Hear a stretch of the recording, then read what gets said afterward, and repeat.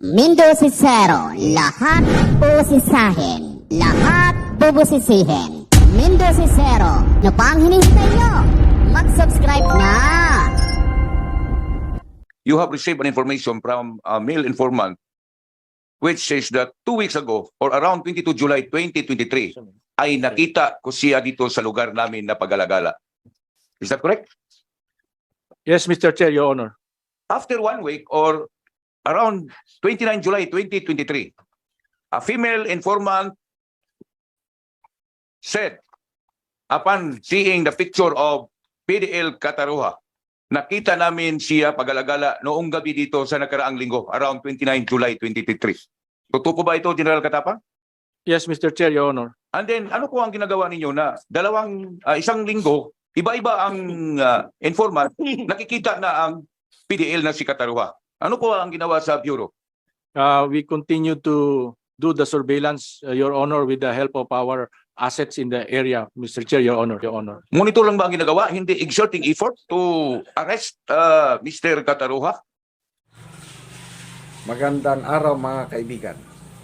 Ayun, very clear. Sa pagtatanong ni Congressman Rehencia ng Iligan City, 2 beses na nakita ng mga informants itong PDL Cataruha, hindi pa rin pinahuli ni General Katapang. Ang ginawa lang, minomonitor lang. Kaya ang tanong, bakit ayaw ipahuli?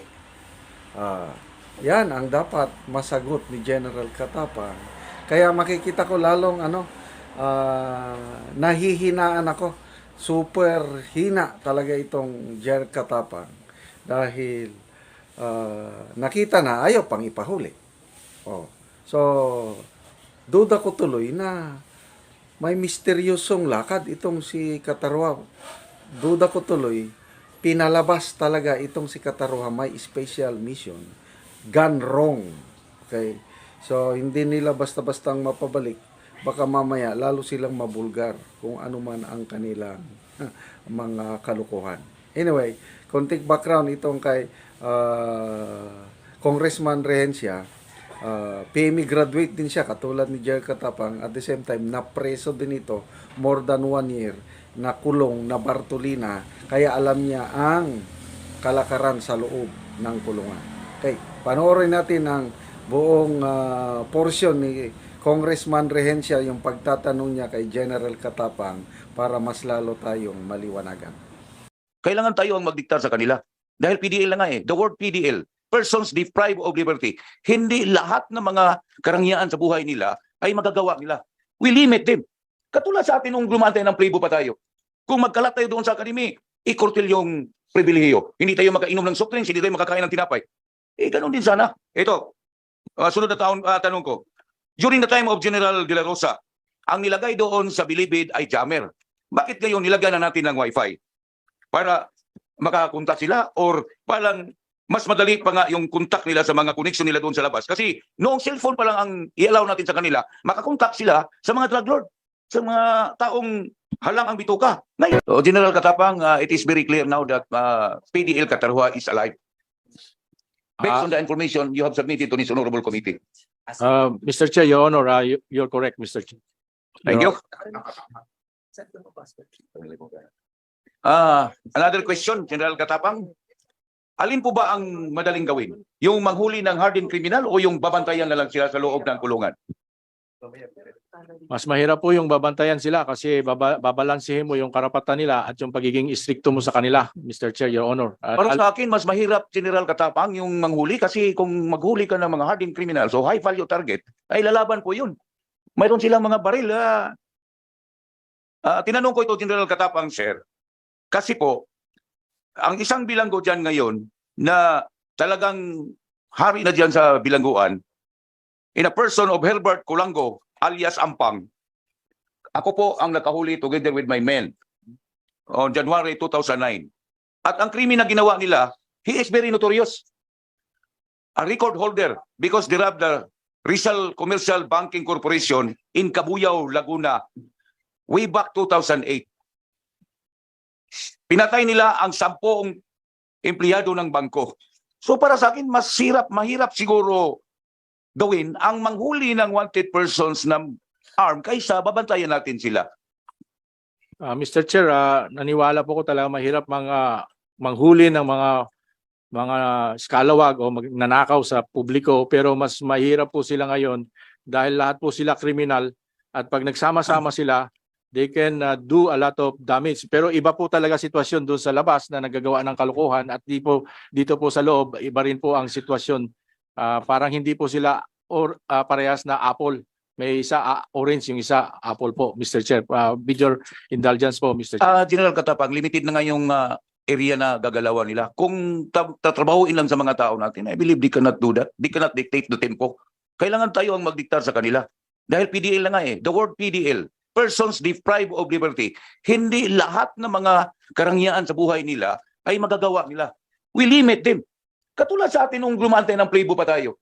Kung magkalat tayo doon sa academy, ikurtil yung pribilehiyo. Hindi tayo makainom ng soft drinks, hindi tayo makakain ng tinapay. Ganun din sana. Ito, sunod na tanong ko. During the time of General De La Rosa, ang nilagay doon sa Bilibid ay jammer. Bakit ngayon nilagay na natin ng wifi?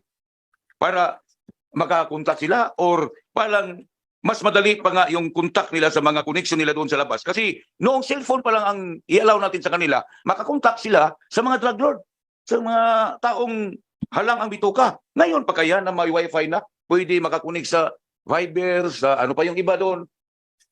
Siguro, General Katapang, putulin na natin yung, habang ngayon nagkakalat sila, putulin natin yung privilege nila. Hindi sila pwede mag-claim nga mga tao nga sila, pero nagkaroon sila ng kasalanan. So, i-forfeit na natin yung mga karapatan nila. I-limit natin. Yes, Mr. Chair. Your Honor, I will do that. At saka yung accounting, General Katapang, ako, masabi ko ito na doon sa jail, mayroon talagang accounting to determine the warm bodies of yung nakukulong. Kasi dumaan din ako nakukulong din ako. Nakulong ako, Mr. Chairman, Madam Chair, when I was the mayor of Iligan City because of the crime of multiple murder daw at saka murder na ginawa ko na hindi ko naman ginawa. I was incarcerated for 1 year, 3 months, 18 days, 2 hours, 47 minutes, and 36 seconds. Bilang na bilang ko yan dahil hindi yan basta-basta nangyari sa buhay ko. Nawala na yung oras na yun. Dahil lang sa politika. So dapat, yung mga priso, magkaroon talaga tayo ng accounting. Ako, mayor na nga ako ng siyudad. Nilagay ako doon sa Bartolina.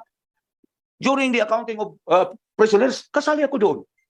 Tayo lahat. Pagkatapos, uupo yung ano. So makita talaga yung sino yung wala, sino yung nakaalpas, sino yung nandyan. Kaya kung buhay yun si Kataruha, paano natin maano yun nga kung may assignment na yun? Isa sa atin dito ay titirahin. Dahil kriminal yun. Malay natin, nandyan na yun. Mag-suicide bomber, papasok dito, pagpaputok ng bomba, upos tayo lahat dito. Yun ang mahirap. So, sana, walk the talk. Yung sinabi mo na malutas ito, sana magawa mo yun. That's all, Mr. Chair, Madam Chair. Thank you. Masyadong mapulusok ang iyong damdamin. Sino ba yung napatay mo? PDL ba yan? Congressman yun, Mr. Chair. Congressman. Pinagbintangan ako na inambos ko siya pero wala naman siyang galos. Okay, konting light moment lang po at medyo... Ambos may siya. Okay, kanina pinag-usapan mo yung laptops, I just wanted to add something on that. Kasi nga, syempre, I believe that this General Katapang galing sa Red Cross to, International Red Cross donated. So, this was distributed dun sa mga For barracks, Idalaw, perhaps, Mr. Chair. And kung dinistribute po natin to dun sa mga brigada, I'm pretty sure meron mga talagang mga wifi. Lalagyan ng bawat brigada ng wifi, kanya-kanya yan. And doing that, indirectly, nakikinabang lahat ng mga PDLs na naando sa brigada doon sa wifi na nilagay. And considering that 78 laptops ba yan? Yes, That was Mr. donated? Chair. More or less, Mr. Chair. So kung 78 laptops yan na distribute natin sa lahat ng mga PDLs doon, sa bawat kanilang mga buildings, so halos lahat na ng lugar ay may mga wifi. And that created a problem because, of course, anybody can deal inside because of the wifi. Ngayon, ang tanong, ito po ba ay kinolekta na, inalis na doon sa mga lugar, or still naandun pa rin siya? We will make a review and then we'll remove, Mr. Chair. Can you ask yung mga tao mo? Sino superintendent ngayon ng NBP? Did you have an order to kasi ang dapat nating gawin po I think that laptops were donated sa Bucor not for the use ba directly for the idalaw. Yes, So ba't Mr. hindi kayo maglagay ng isang building na lamang doon na doon na lamang po lahat ng mga laptops at yun lang ang may wifi. Isa lang. Hindi na nakakalat sa buong brigada ng bawat gang na meron silang kanya-kanyang mga laptops. I Mr. think Chair, that will create a widespread of wifi in all of the Bucor. Samantalang kung ilalagay po natin sa isang building lamang, doon na pupunta yung mga gusto mag-idalaw. 78 laptops nakalagay doon para lahat sila doon na nag-ano. At mamamonitor po natin because I have received also a copy. Hindi ko alam kung sino nagpadala nito pero nag-iidalaw sila pero wala silang mga bantay. Oh, syempre paano yan kung ano nang ginagawa nila sa laptop? It's either that they are trying to communicate with the other elements of crime like Yes, yung mga Mr. Chair. sindikato, di ba?